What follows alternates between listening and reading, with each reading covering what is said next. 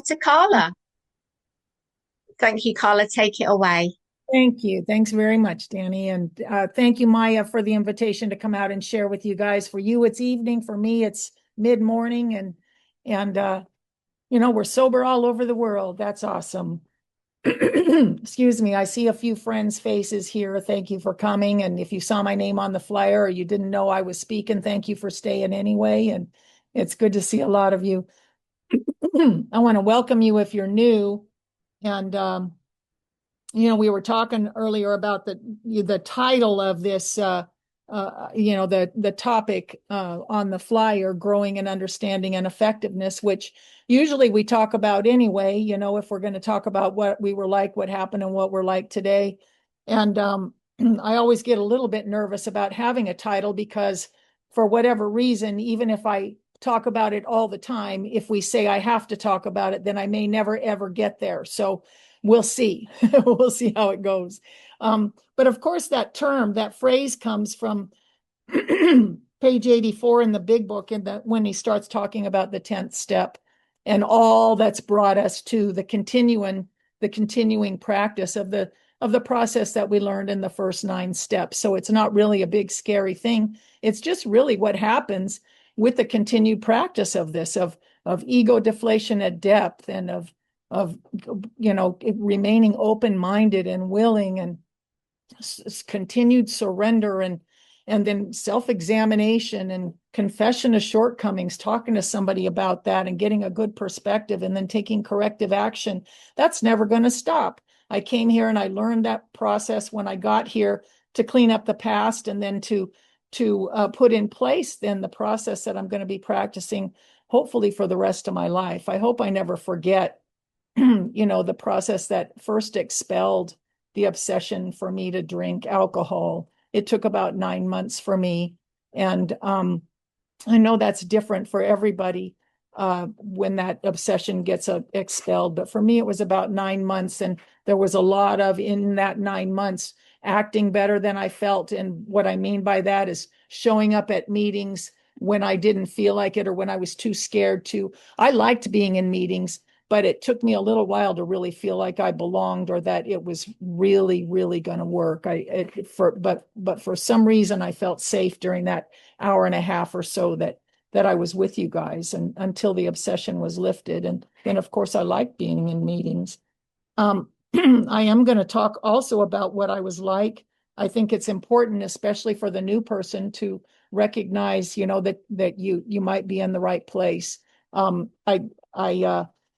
tell you my story, and if you see yourself in it, that's great. I think that underneath all the circumstances, the best description of alcoholism I've ever seen is on page 44 in the big book. The first paragraph, he recaps the first 51 pages saying, if when you honestly want to find you can't quit entirely, or if when drinking have little control over the amount you take, you're probably alcoholic. Boom. I don't know that it gets any simpler than that. Then it doesn't matter where I come from, what kind of childhood I had, what I do for a living, or any of that stuff. Man, if that's your relationship with alcohol, welcome to Alcoholics Anonymous. And for me, it's been like that. For me, it will not never, the fact that first drink is at stake will never be off the table for me. Because if my experience has taught me anything, and my observations in watching people, is that there's never going to be a time where I get so spiritually fit that I can take a drink of alcohol in any form at all, not brandy form or tequila form or excuse me, gin form. It's just there's never going to be a safe time for me. So all of the rest of the steps after step 1 protect my first step, and on it goes. So I need them all.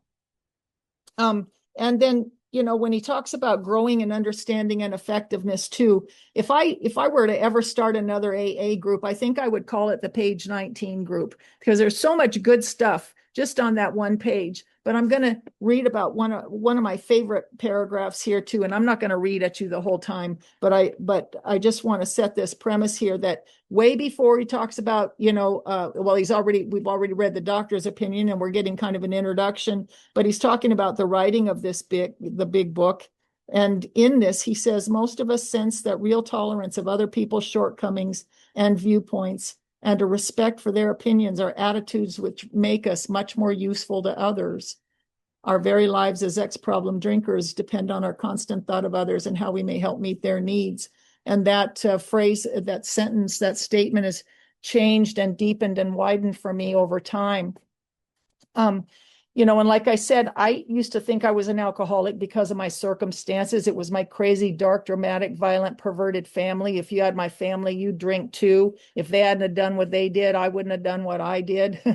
And on it went, it's all because of you and all your fault. And then I got to AA and started listening to other people like my husband who lived a charmed childhood. That guy grew up in a family that's so sweet. I walk away with a little sugar headache every time I've been with them for a while because they're just so sweet to each other, And it's not like they didn't have trouble sometimes, but when they did, like they gathered together and supported each other and sang to each other, and they were just, ugh. And in my family, it wasn't that we didn't love each other. It's just that we just didn't know how, and when trouble came for us, it was every man for himself. And it was just different. However, my husband sits right next to me in meetings of Alcoholics Anonymous. Why? Because alcohol did exactly for and to him what it did for and to me. And I can't ever leave that out. That's the basis. That's the relating point. And it felt like my solution for so long. And then even when it was killing me, I hung on because any little boost I could get from it, I was still trying to squeeze it out of there. But it was time to change, and I wasn't sure there was going to be not even a sufficient substitute. But in AA, I found a more than sufficient substitute for it. But anyway, and it wasn't like I didn't believe in God or some great energy that connects us all, in heart and mind and soul. I felt that relationship when I was a small child before I ever took a drink. But when alcohol came along, it was just so much quicker than saying a prayer. It was just like it just did it right away. So I let it. It became my spirituality, and it became my growing up muscle, and it became the thing that made me feel buffered from you and the thing that made me feel connected to you all at the same time. So why wouldn't I drink that? And I used it for a solution for a long time. And I was one of those people too who used to say that, oh, alcohol worked for me. It certainly felt like it. I was under that delusion. It really felt like it. But I have to say, I don't remember anybody else ever saying, give her another drink. It works for her. In fact, they were saying quite the opposite right off the bat. And I left home at an early age, and I still believe it was for me too. Life is life, and alcohol wasn't the solution for everybody. And I'm not even going to tout my childhood as being the worst ever, man. I've heard some people's, that went through some things at very young ages, and some of them became alcoholic and some of them didn't. So it wasn't the circumstance that caused the alcoholism. But once, if you are one of those people that when you take a drink, it feels like it solved the whole world's problems, and we get stuck in that loop, man, it's for me, like I said, even though it was trying to throw me away, I held on to its ankle for a very, very long time, longer than, I guess as long as it took. So I left home at an early age, and I ended up out on the street learning how to turn tricks to make a living. And I'm not going to judge the profession. A lot of people go into that. They know who they are, and it's, it's okay. But I was 14 years old and really being driven or taking the ride on alcohol's back. It was in service to my alcoholism that I wound up there. And what I thought I might never have done yesterday, today I felt like, I found myself doing a lot of things I never thought I'd do.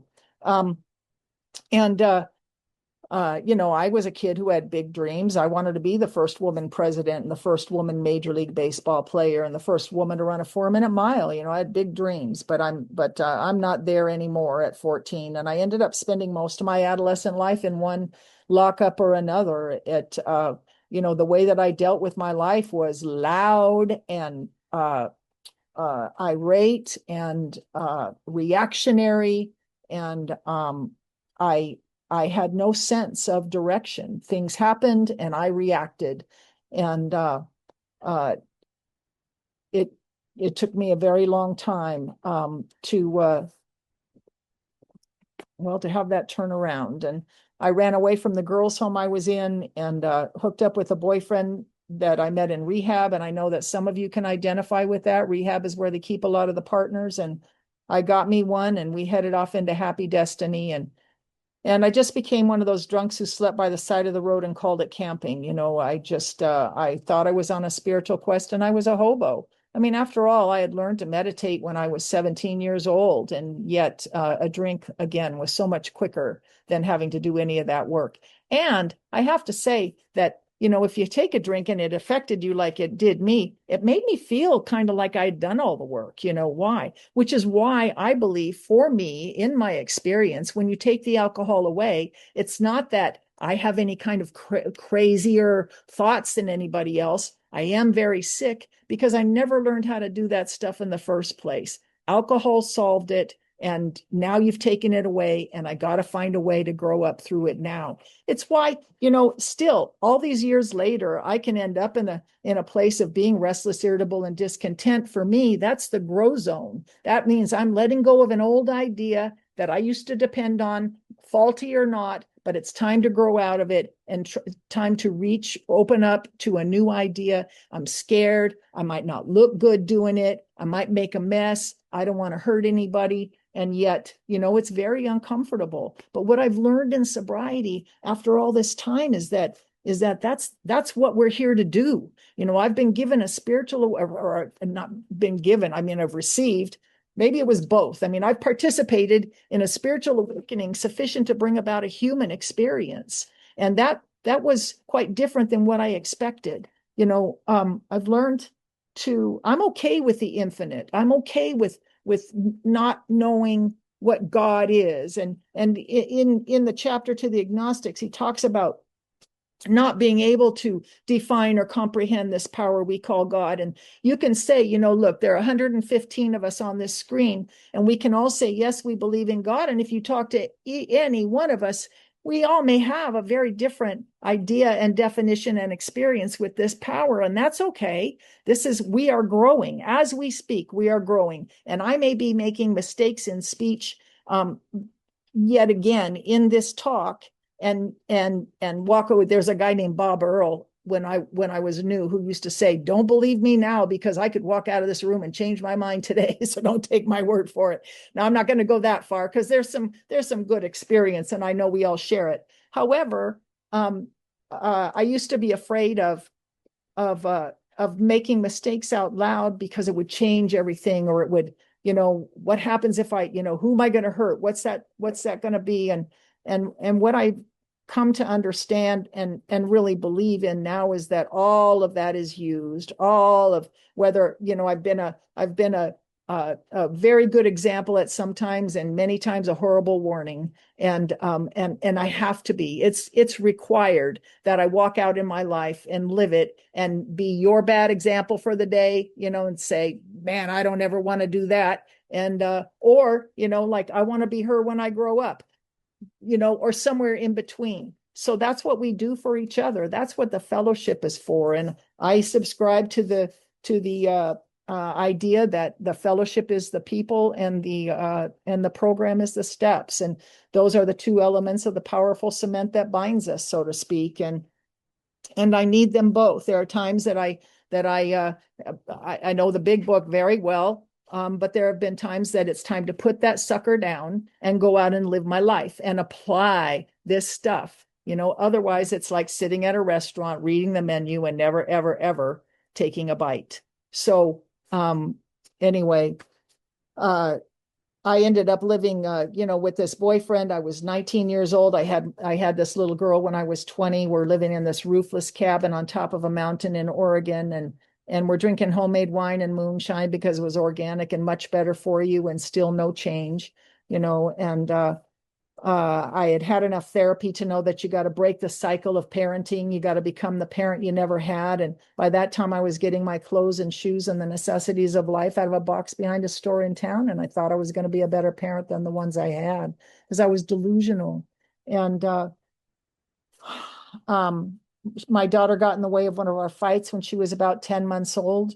And that's the kind of relationship I had. I was drawn to violence. It just seemed like I wasn't comfortable with it. I didn't like it, but I was always in it. I was always in the middle of some kind of relationship like that, contentious and physically violent. And I took my kid up the road where it's got to be better somewhere else. And I just kept feeling like if as long as I kept moving, I was going to be all right. And we ended up down here in Southern California, and I got my first legitimate work. It was in the bar business, and it never occurred to me not to drink on the job. Why else would you have that job? It just seemed to me to be cosmically efficient. And, I didn't have to get up and go to work. I was already at work. So, took care of that. And,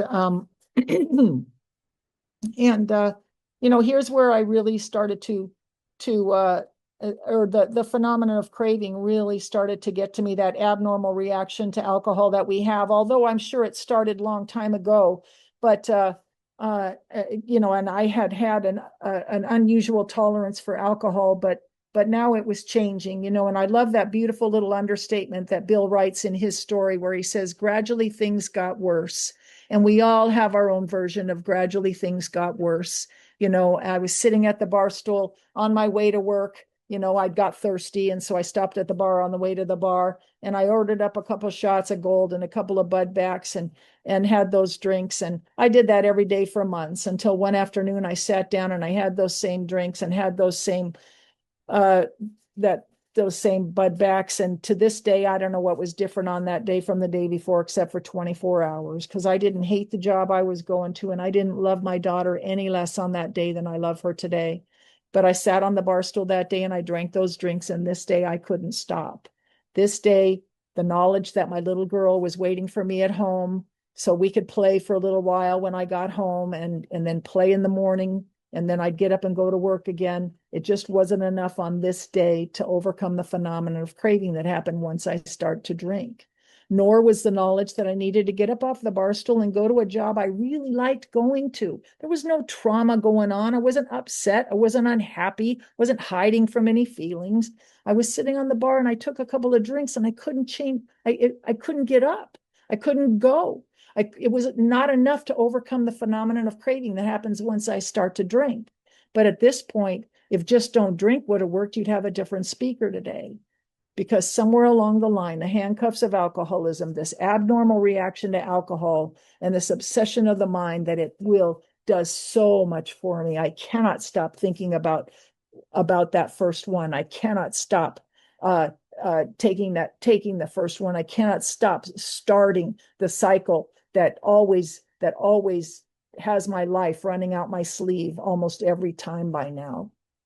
So I sat on the bar stool and I lost the kid and I lost the job in one fell swoop. The kid and the job were gone. And I stayed and I lived off the kindness of strangers there in that little area for a little while until I fell into another job at another dive bar. And again, things getting worse. I married my drinking partner right about the time we should have split up. And by now, and you guys know this drill, our solutions are becoming worse than the problems. And just like Bill said, when he's talking about booze, that was the first one, right? In this alloy, out of this alloy of drink and speculation, we commenced to forge the boomerang that will turn around and almost cut us to ribbons. And the same thing started to happen with my solutions to my life. I just kept creating more problems. And I married my drinking partner and we just became the neighborhood entertainment. We used to settle our arguments with a shotgun. Whoever got to the gun first won. That's how we did it. And it was dangerous and chaotic and frightening. And, my daughter was gone for 4.5 years. And for that entire 4.5 years, I would come to her, wake up, and my heart would break. I knew full well that my daughter was better off where she was and it wasn't with me, and my heart would break, and it still wasn't enough to stop drinking. And um, finally, I made my circumstances look good enough for my daughter to come back and live with me. And she was 8.5 years old by then. And you'd think that somebody like me might straighten up and fly right, and again, it was, I used to say when I first got to AA, I'd say things like, I never wanted to have just a couple of drinks. I never wanted to drink like a normal person. But oh my God, how many times did I actually try? And I didn't even know it. I didn't know it, man. How many times was I wishing that I could just have a couple of drinks and finish my shift? Just have a couple of drinks and do my frickin' laundry. Why can't I just have a couple of drinks and go grocery shopping? Why can't I just have a couple of drinks and not have my life turn on its side now almost every single time? And it can't be the booze. And people around me had been scared of my drinking for a long time. People had, they'd noticed a long, long, long time. But me, now I'm starting to get kind of scared of my drinking too. But when you're getting scared of your own drinking and you can't stop, you don't want to tell anybody that you're getting scared of your drinking because they're going to say something stupid like, why don't you stop? And we're not going to do that. So it can't be that. So I can't say anything. My job when my daughter got home was 5 days a week. That was to get in the car every afternoon and go pick her up from school. It was a 10-minute drive each way. And most days I made it just fine. But on this particular afternoon, I got in the car and I headed on over to her school to go pick her up. And on my way over there, I got thirsty. And I know those are 3 words that send chills down the spine of any alcoholic who knows what it's like not to have any defense against picking up that first drink. I pulled into the bar. I ordered up a drink and as I drank that first one, I thought I'm going to have this one and then I'm going to go get her. And as I drank that drink, I thought, I got a few more minutes. I think I'm going to have it. I have time for one more. It's okay. I'll have 2 at the most and then I'll go get her. And then 3, somebody lines up the bar with empty shot glasses and I can't turn down a free one. So I'm going to have 3 and then I'm going to go get her. Then of course 4, 5, and 6. And now I'm late and I'm drunk. And I finally peel myself off the bar stool and I head on over to her school. It can't happen this time. And I have to go into the front office because that's where they keep the kids whose parents can't get there in time. And the best defense is an offense. So I go in and I'm mad at the staff because I'm late. And as I start walking across the office floor to go give the receptionist what for, I trip over my own feet and I go rolling across the floor of the office where my daughter attends school. And as I was rolling across the floor of the office where my daughter attends school, I caught a glimpse of my daughter's face and the look in her eye as she saw her mother go rolling across the floor. And I felt that sense of powerlessness, not the kind of powerlessness like, oh my God, I've got to do something, but the kind of powerlessness like, oh my God, I am never going to change. I am always going to be some version of this. And the best thing I could do was to get up and grab her hand and get out to the car before somebody called the police like they were threatening to do. And you guys, this was the best it had ever been for me. This was like my life had improved. I was living indoors on a regular basis. I had a husband and we had a car, and I had some sense of identity in that, neighbors and living in society and stuff like that. It just, and here I am picking myself off the floor of my daughter's school and getting her out to the car so nobody calls the police on me. And that kind of thing kept happening for the next little over a year until finally one more time, the Saturday afternoon, the cops are in the driveway at our little apartment. The neighbors are watching us again and the kids scared to death again. And none of us planned to have that happen that day. Everybody got up thinking if everybody will be cool, we'll all be all right. But he gets up and says something, I get up and say something, and he has a drink or I have a drink. And if he hadn't done that, I wouldn't have done this. And we blow up all over again. And the cops left. They took the gun. The husband left for the last time. It's me and the kid and the booze, and I still couldn't stop drinking. And here's where a hard drinker might take a look at their life and say something like, man, I'm tired of this. I can't control it. And they quit. I've seen them do it. But me as an alcoholic, what I did was I just pulled the booze closer to the couch so I didn't have to keep getting up to get another drink because I drank through my circumstances. I drank through drug addiction and I drank through homelessness and I drank through the loss of my daughter, and I was getting ready to do it again. And I don't believe that God shows up. I believe that we wake up, and as long as we're alive, we all have hope. And somewhere along the line, that call, that great reality deep down inside, we drown it many times, but it's still there, it's still alive. And somewhere along the line, I believe that something with a capital S had been happening. Something had begun to happen somewhere. It wasn't the first time I'd ever been exposed to AA, but it was the first time that maybe I was becoming ready to listen to something else, ready to receive some kind of grace that is always around us anyway. And my first sponsor told me if I wanted to affect a conscious contact with this power greater than myself that I believed in, but still couldn't define or comprehend, and really had a vague remembrance of, she said, why don't you start counting the coincidences that happen in your life? Those situations that seem to fall together for the good of everyone without you having your hands on it. Coincidence. And I was familiar with the principle of synchronicity, and I liked that idea. I liked that concept, and I began to concentrate to take a look at that. And the first big one I could count was that I had been living all along for the last year right next door to a woman who had 5 years of sobriety in Alcoholics Anonymous, and she had seen and heard that whole deal go down that day. And she came over a couple days later, and she had those dorky little books, the 12 and 12 and the big book, and in her hands, and she knocked on my door. And the longer I stay sober, the more I realize how really brave it was that she went ahead and knocked on my door. She had seen what she saw that Saturday previous, and she came over not knowing what she might find on the other side of the door, and she knocked on it anyway. And somewhere along the line, her 12th step was the beginning of my first. And that's how we do it. And she came in and she sat down on my couch, and she didn't talk about what she saw me do or wag her finger or anything. She talked about her and her drinking, and in her story, I heard me and mine. And over the time she talked, I'd think about the times that I had seen her earlier on the premises, like in the parking lot or in the laundry room, and she hadn't been drinking then either. And what really impressed me was it didn't seem to bother her that she wasn't drinking. That got my attention. I didn't know how you did that. When I had no booze or steps or fellowship or God in my understanding, I felt like you stripped the coating off my wires. So I didn't know how her 12 little thinly veiled Sunday school sentences were going to have any effect on me in the face of what I'd become. They seemed a little weak, like maybe I had tried them all before. And but I listened, and something inside of me was needing or feeling the need for something.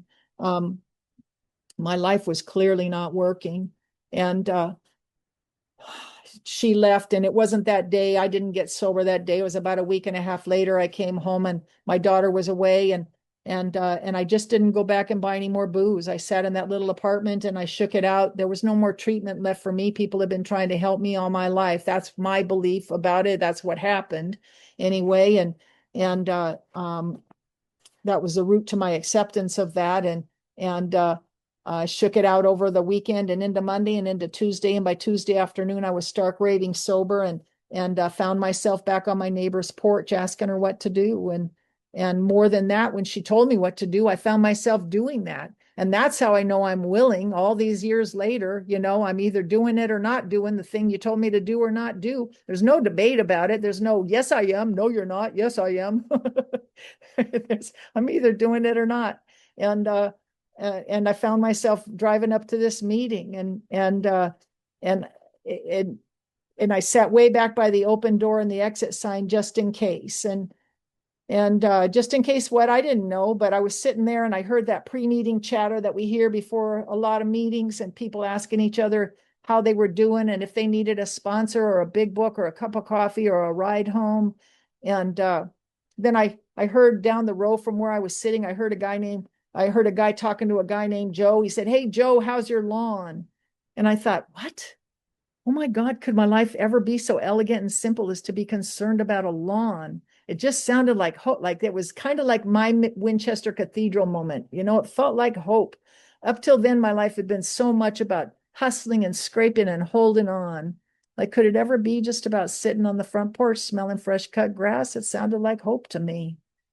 And I sat through that meeting, and I heard they read that portion of chapter 3 that we read at the beginning of a lot of meetings, and I thought somebody knows this. And I heard them share in that meeting, and it seemed like some people had gotten away from where I sat, and they were clearly recovered from that state of mind and body, that seemingly hopeless state of mind and body. But it feels impossible when you're sitting there, doesn't it? It feels impossible. And what a flimsy read it seemed like. A bunch of happy people sitting in a room, shaking hands and blowing birthday candles out. Oh my God, is this really going to be big enough? And yet there was something with a capital S happening inside. And the secretary asked me to read at the end of the meeting, and as I read, I came into the room just a little bit more, just like I do every time I say yes to something you ask me to do. Those little jobs that we get in meetings, whether it's online or in person, these little jobs, especially in the beginning. I mean, I still do them now because they serve, they just broaden, that little thing. But in the beginning, man, for a little while, stacking chairs or pouring coffee or, shaking hands, it all of a sudden I was realizing I was experiencing the lack of noise on the inside of my own head for just that little while. And you'd say things like, go out tomorrow and do something for somebody and don't get caught. And that kind of thing helped me in between meetings. It kept me focused and busy and until the steps could take root. All of these little physical kinds of things, these focused things, help me stay, because this whole thing works better if I'm not drinking. I can get all this conceptually. I can be drunk and read all of this and go, yeah, that all sounds really good. But if I want to have a real experience, then I need to be sober. So in the beginning, it was flimsy read after flimsy read after flimsy read. I grasped at everything you offered me. I feel like I took. And I don't know what the perception of me was when I got here, but I know what it seemed like looking out from here. and I went to a lot of meetings, and meetings alone don't keep me sober, but it's where I learned about sponsorship and integrity and character building and being kind and commitment and learning how not to be afraid of my feelings. Oh my God, when I was new, I thought I was going to OD on over awareness, just like it's just too much.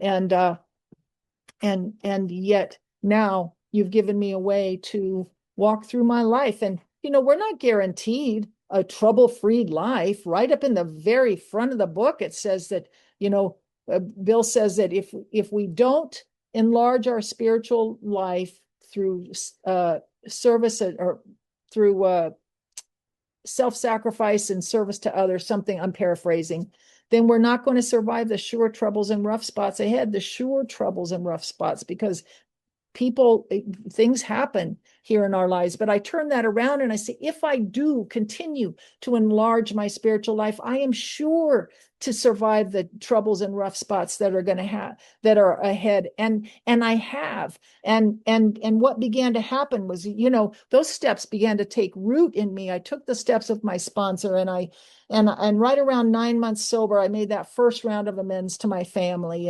And I say first round because my family required a lot of follow-up, and I came to trust the process of everything that the first 9 steps brought me, because I'm going to experience and watch and participate in the same process in steps 10, 11, and 12. For me, step 10, it says continue to take personal inventory and continue to set right any new mistakes. And what I found in the prose on page 84 and 85 in the big book, and then of course the 12 and 12 too, but it includes all of the steps. I'm going to practice self-examination. I'm going to practice ego reduction at depth, or at least allow it. I can't make it happen, but I can certainly walk through it. And then taking corrective action and prayer And then it winds around on page 85 and it reminds me why I'm going to continue this. And that's what's at stake for me as an alcoholic is the first drink. All of the rest describes the human condition that we all have. Our alcoholics are not a different species. We're not a different species from other human beings. However, what's at stake for me, if I get into an unfit spiritual condition, I could end up forgetting that I shouldn't take that first drink. I can end up forgetting to ask for help. I can end up forgetting the condition I have that can be sparked and put back in that terrible cycle just by taking that one drink. And so again, I say that the steps 2 through 12 protect the one. And so then as we, now, so I'll tell you, I'll tell you what happened. So what is this? Is this my 5 minutes? Okay, 5 minutes. Wow. Okay. So, things happen, things like my daughter needed treatment. She was 11 years old. She'd been jumped into a gang. She was using and drinking. She was troubled, and already, at a couple of years of sobriety, not that I was that well. I was certainly still very reactionary and still learning to practice these steps. However, I was able to find a treatment center for her, able to reasonably ask for help, to show up when they asked me to, and to stay away when they asked me to, and to walk through this process standing up. And all these years later, she's 47 years old, and she's gone from being a social worker to a therapist, and now she's the director of a division at a hospital, a psychiatric hospital. And I always think I contributed a little bit to that training, but whatever. And she's a beautiful woman. She has two beautiful young men, are her sons, 25 and 30. I can't believe they still all seem like my babies. And just about 6 weeks ago, she was diagnosed with an aggressive tumor in her breast. And so she's walking through that. But after all this time, I'm the one she called. I'm the one. I'm the one. I'm the mom who left her. I'm the mom who used to control her with physical means, and way beyond what I wanted to do or how I ever wanted to treat my daughter.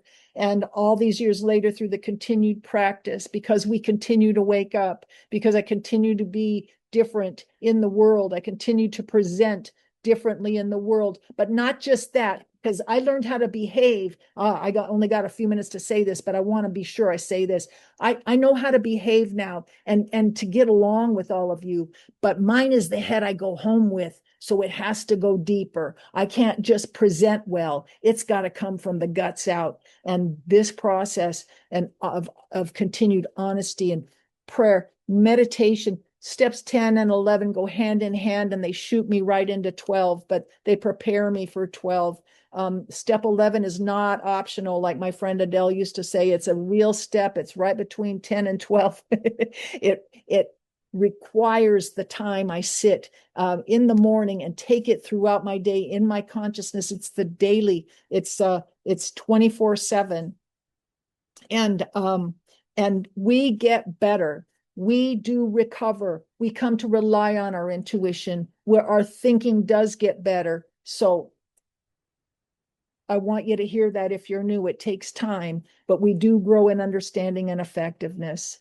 And we're not going to stay crazy if we continue this process. We do get better. So thanks very much. Oh, Carla, thank you so much. That was amazing.